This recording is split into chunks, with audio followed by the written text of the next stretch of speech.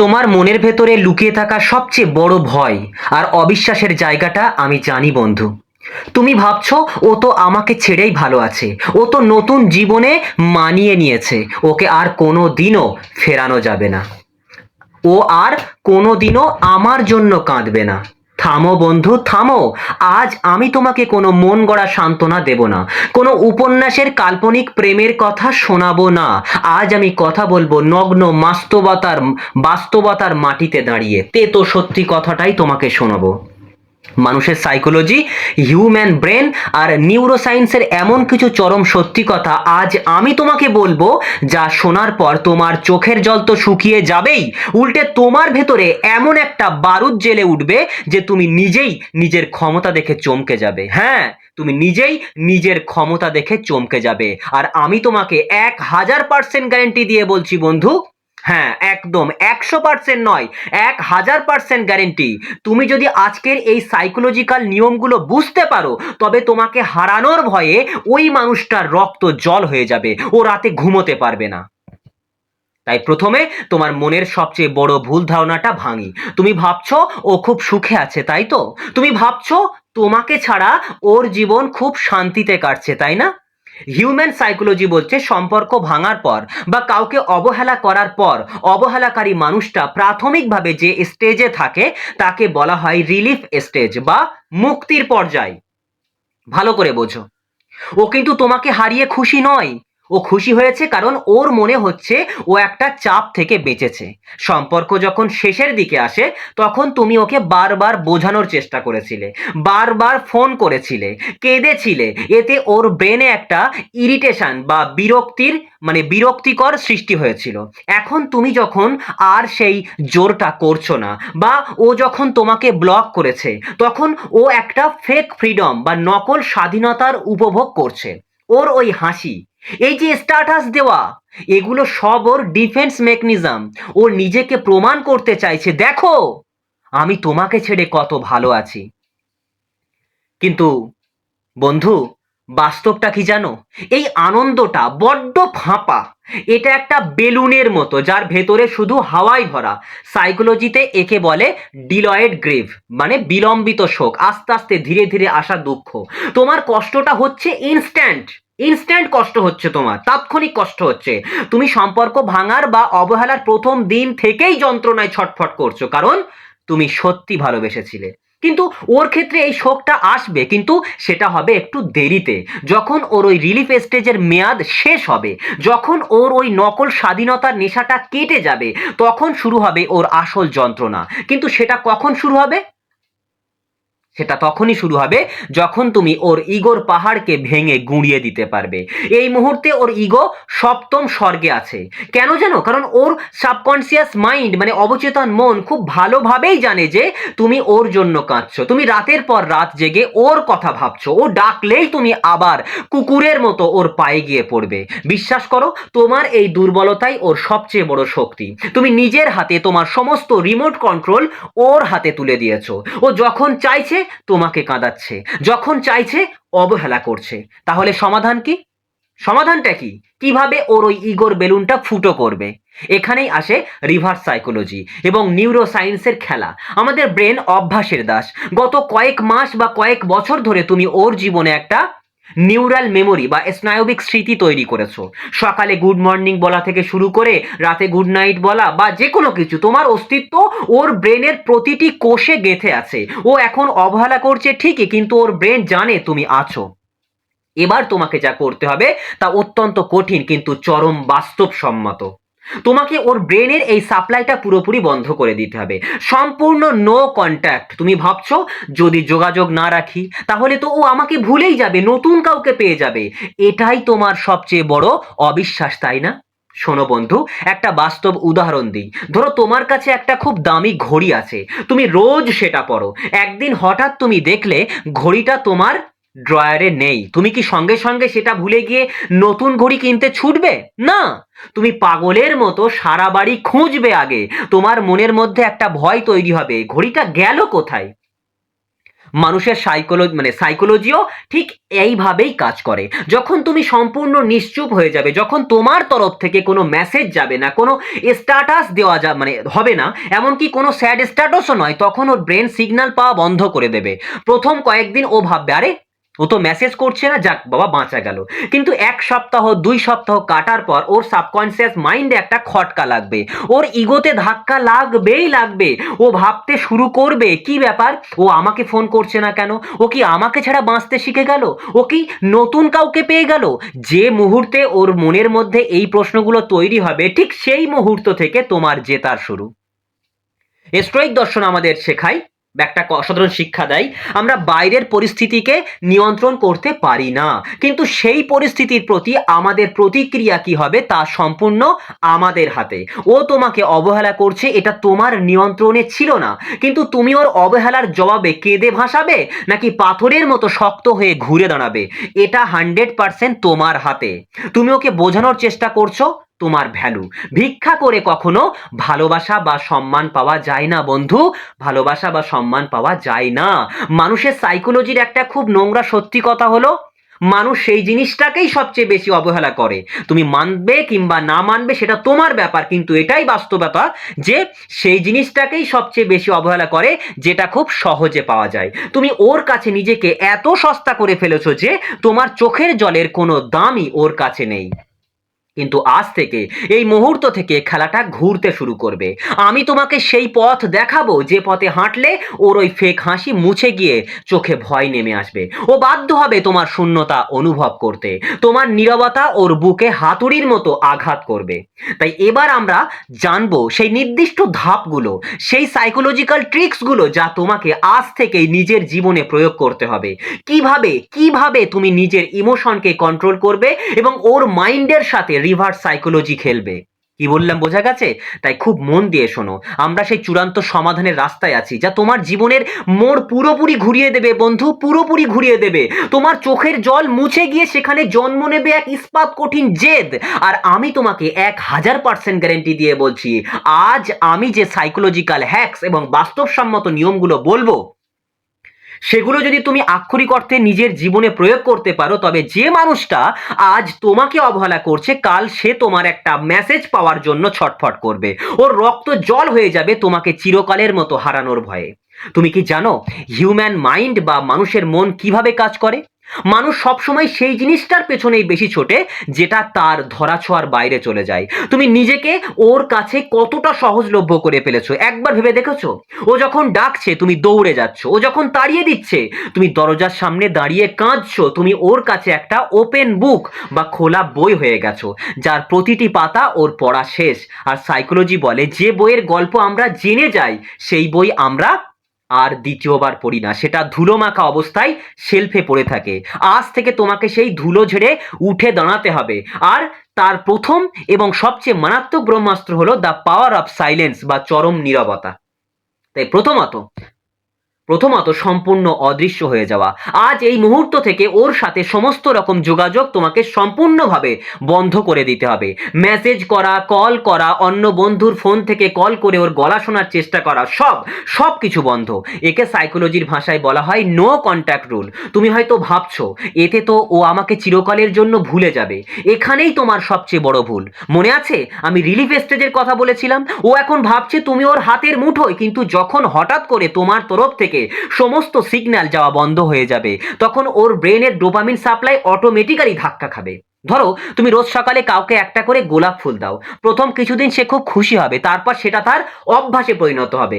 এরপর একদিন সেই ফুলটা আর তার কাছে দাম থাকবে না, ফুলটা নিয়ে সে ডাস্টবিনে ফেলে দেবে। কিন্তু তুমি যদি হঠাৎ করে ফুল দেওয়া বন্ধ করে দাও, প্রথম দিন সে পাত্তা দেবে না, দ্বিতীয় দিন সে ভাববে কি ব্যাপার, ফুলটা এলো না কেন, আর 1 সপ্তাহ পর সে বাধ্য হবে তোমার খোঁজ নিতে। ঠিক একইভাবে তোমার এই চরম নীরবতা ওর সাবকনসিয়াস মাইন্ডে একটা সাইকোলজিক্যাল ভূমিকম্প তৈরি করবে। দ্বিতীয়ত, রহস্য তৈরি করো। সোশ্যাল মিডিয়ায় আমরা সবচেয়ে বড় বোকামিটাই করি। একটু কষ্ট পেলেই হোয়াটসঅ্যাপ বা ফেসবুকে স্যাড স্ট্যাটাস, বিরহের গান বা তুমি আমাকে ঠকালে টাইপের কোটেশন দিতে শুরু করি। তুমি কি জানো এর মানে কি? এর মানে হলো তুমি পরোক্ষভাবে ওকে বোঝাচ্ছ যে দেখো, আমি এখনো তোমার জন্যই কাঁদছি, আমার জীবনের কেন্দ্রবিন্দু এখনো তুমি। এটা ওর ইগোকে আরো ফুলিয়ে দেয়। আজ থেকে তোমার সোশ্যাল মিডিয়া হবে একদম নিশ্চুপ, কোনো স্যাড স্ট্যাটাস নয়, আবার অতিরিক্ত খুশি দেখানোর জন্য ফেক হাসি মুখের ছবিও তুমি দেবে না। তুমি জাস্ট উধাও হয়ে যাও। মানুষ যখন জানে না যে সামনের জনের জীবনে কি চলছে, তখন তার ব্রেন হাজারটা কাল্পনিক গল্প তৈরি করতে শুরু করে। ও ভাবতে বাধ্য হবে, ও কি আমাকে ভুলে গেল, ও কি নিজের জীবনে কাউকে পেয়ে গেল, ও কি আর আমার জন্য কাঁদে না। এই অজানা ভয়, এটাই হলো সাইকোলজির সবচেয়ে শক্তিশালী অস্ত্র। এই ভয়টাই ওর ভেতরের সমস্ত ইগোর পাহাড়কে ভেঙে চুরমার করে দেবে। তৃতীয়ত, 21 থেকে 90 দিনের একটা হিলিং টাইম লাইন। নিউরোসায়েন্স বলছে যে কোনো অভ্যাস ভাঙতে বা ব্রেনের প্যাটার্ন বদলাতে অন্তত 21 দিন সময় লাগে, আর সেটা পাকাপোক্ত হতে 90 দিন। তুমি প্রথম কয়েকটা দিন ছটফট করবে, তোমার মনে হবে একবার অন্তত ওর সাথে কথা বলি, কিন্তু তোমাকে স্টোইক দর্শনের মতো পাথরের মতো শক্ত থাকতে হবে। স্টোইকরা বলেন যে তোমার মূল্য বোঝে না তাকে তোমার চোখের জল উপহার দিও না। প্রথম 7 থেকে 10 দিন ও কোনো পাত্তাই দেবে না। ও ভাববে, আরে ও তো ওর পুরনো নাটক, দুদিন পরও ঠিক সুরসুর করে আমার কাছে ফিরে আসবে। কিন্তু যখন 21 দিন পার হয়ে যাবে, তখন ওর ব্রেনে প্যানিক বা আতঙ্ক শুরু হবে। এই পর্যায়টিকে বলা হয় দ্য প্রিন্স স্টেজ। ওর মনে হবে, হিসেব তো মিলছে না, এতদিন তো ও আমার পায়ে এসে পড়ার কথা ছিল, তবে কি আমি সত্যিই ওকে হারিয়ে ফেললাম। এই হারানোর ভয়টাই ওর রক্ত জল করে দেওয়ার জন্য যথেষ্ট। চতুর্থত, রিভাইন্ড রিলেশনশিপের নগ্ন সত্য। তোমার মনে হয়তো একটা ভয় কুরে কুরে খাচ্ছে, যদিও অন্য কারোর সাথে সম্পর্কে জড়িয়ে পড়ে, যদিও অন্য কাউকে আমার চেয়ে বেশি ভালোবাসে।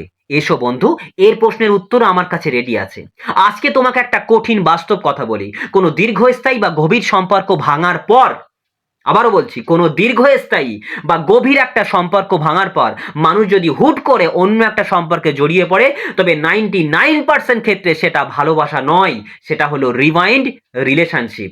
তো ও তোমার ভালো মানে ও তোমার অভাবটা, তোমার দেওয়া কেয়ার আর তোমার মনোযোগটা মিস করছে। সেই ফাঁকা জায়গাটা পূরণ করার জন্য ও মরিয়া হবে বা হয়ে অন্য কাউকে আঁকড়ে ধরেছে। এটাকে বলা হয় ব্যান্ড এইড সলিউশন। কিন্তু এটা বড় ক্ষতের ওপর কি শুধু ব্যান্ড এড লাগালে হয়? ক্ষত সারে? সারে না। প্রথম কয়েকদিন বা কয়েক মাস ওই নতুন সম্পর্কে খুব হানিমুন ফেজ চলবে, কিন্তু যখনই বাস্তবতার ধাক্কা লাগবে, যখনই নতুন মানুষটার সাথে ওর মতের মিল হবে, ঠিক তখনই ওর ব্রেন ওই মানুষটার সাথে তোমার তুলনা করতে শুরু করবে। ও বুঝতে পারবে তোমার ওই নিঃস্বার্থ ভালোবাসাটা, তোমার ওই পাগলামিটা নতুন মানুষটার মধ্যে নেই। আর ঠিক তখনই ওর মনের ভেতরে শুরু হবে ডিলয়েড গ্রিভ বা বিলম্বিত শোকের তীব্র যন্ত্রণা। ও অনুশোচনায় পূর্বে। আমি তোমাকে 100% নয়, 1000% গ্যারান্টি দিয়ে বলছি, এই তুলনা ওর ব্রেন করবেই করবে। এটা সাইকোলজির অলঙ্ঘনীয় নিয়ম। পঞ্চমত, নিজেকে হাই ভ্যালু মানুষে পরিণত করো। ফোকাস ঘোরানোর সময় এসেছে বন্ধু, তোমার কাছে একটা সুবর্ণ সুযোগ এসেছে। এতদিন তোমার ফোকাস ছিল ও কবে ফিরবে, ও কি করছে, ও কেন এমন করলো।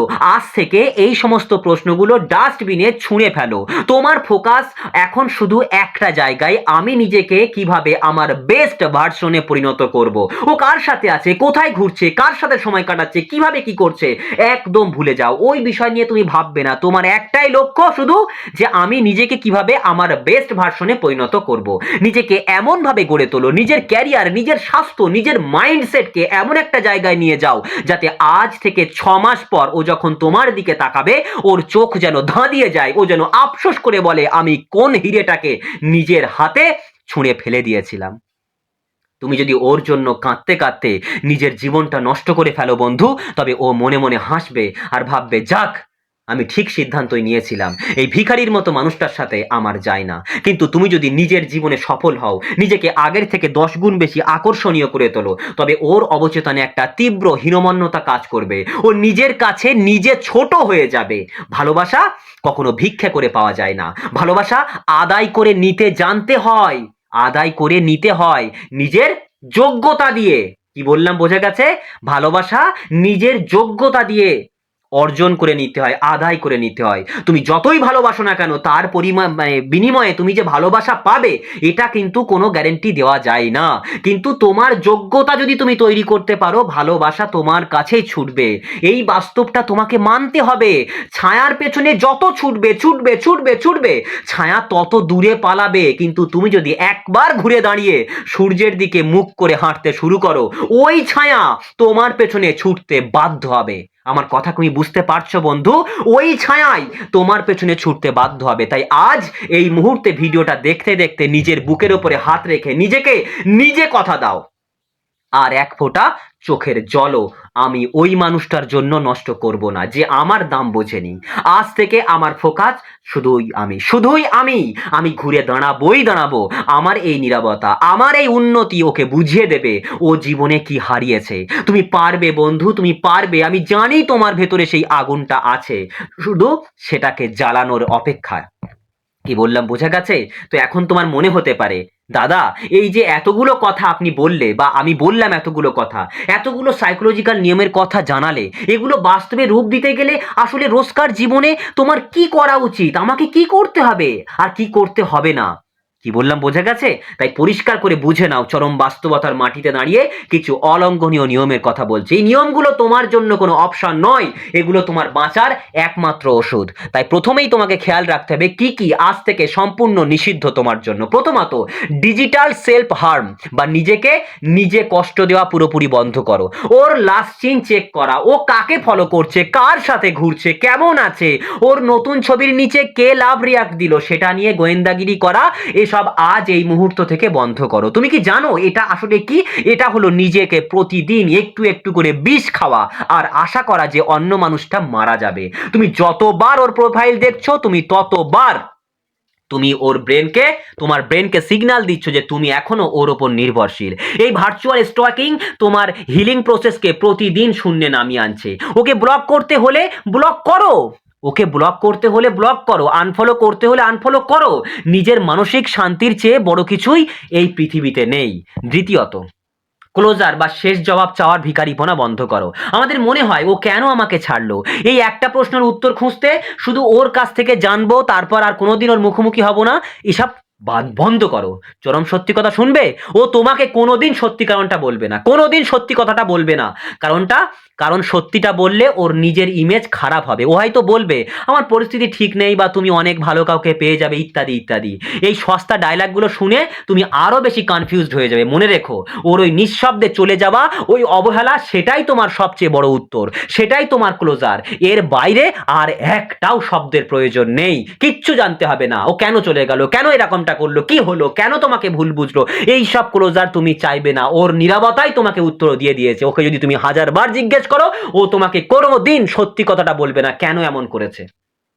তৃতীয়ত, আমরা আমরা কি অন্তত বন্ধু হয়ে থাকতে পারি? এই ফাঁদে পা দেওয়া চলবে না। ব্রেকআপের পর বা অবহেলার পর অনেক অবহেলাকারী চায় একটা ব্যাকআপ অপশন হিসেবে তোমাকে ঝুলিয়ে রাখতে। ওরা চায় তোমার ইমোশনাল সাপোর্টটা নিতে, কিন্তু কোনো দায়িত্ব বা কমিটমেন্ট ছাড়া।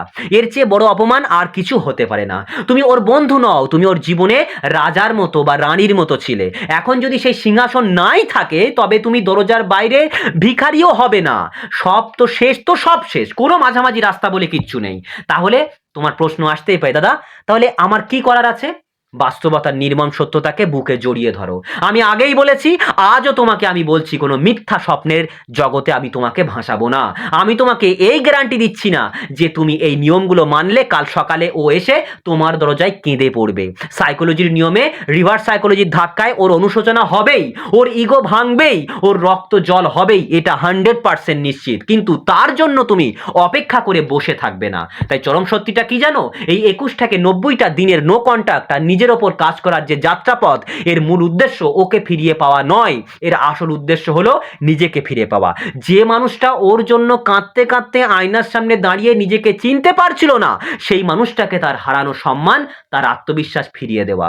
যেদিন ও ওর ভুল বুঝতে পেরে তোমার কাছে ফিরে আসার জন্য ছটফট করবে, যেদিন ও রিভাইন্ড রিলেশনশিপের মিথ্যা সুখ থেকে ছিটকে পড়ে তোমার এই নিঃস্বার্থ ভালোবাসার দাম বুঝতে পারবে, সেদিন হয়তো তোমার মনে ওর জন্য আর কোনো জায়গায় অবশিষ্ট থাকবে না। কারণ এই পুরো প্রক্রিয়ায় তুমি এমন একটা মানুষে পরিণত হবে যার কাছে নিজের আত্মসম্মান পৃথিবীর যে কোনো সস্তা প্রেমের চেয়ে অনেক অনেক বেশি দামি। তুমি তখন এমন এক উচ্চতায় পৌঁছে যাবে যেখান থেকে ওর ওই অবহেলা, ওর এই অহংকার, সব কিছুকে তোমার তুচ্ছ আর ছোট মনে হবে। তাই নিজের ভেতরের এই কষ্টটাকে বারুদে পরিণত করো। কষ্ট হচ্ছে তো হোক কষ্ট, বুকে পাথর চেপে বসেছো তো বসো, কাঁদতে ইচ্ছা করছে কাঁদো, দরজা বন্ধ করে একদিন কাঁদো, দুদিন কাঁদো, 3 দিন কাঁদো, কিন্তু ওই চোখের জলের ফোঁটাগুলোকে যেন বৃথা না যায়।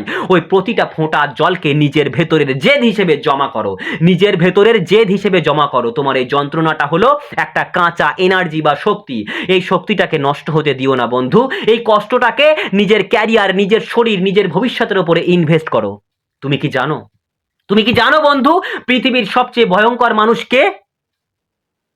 যে মানুষটার হারানোর আর কিচ্ছু নেই এবং যে মানুষটা একা থাকতে শিখে গেছে। আবারও বলছি, এই পৃথিবীর সবচেয়ে ভয়ঙ্কর মানুষটা সেই যে মানুষটার হারানোর আর কিছু নেই এবং যে মানুষটা একা থাকতে শিখে গেছে। এই মানুষটাই পৃথিবীর সবচেয়ে ভয়ঙ্কর মানুষ।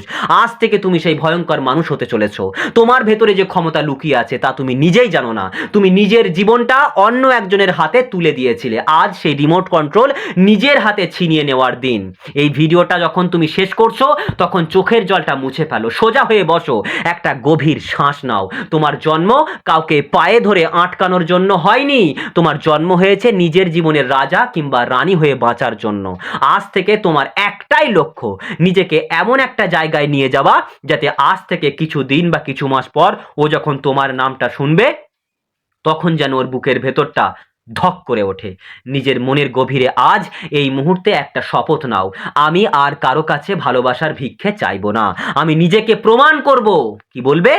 আমি আর কারো কাছে ভালোবাসার ভিক্ষা চাইবো না, আমি নিজেকে প্রমাণ করব। আমি পারবোই পারবো।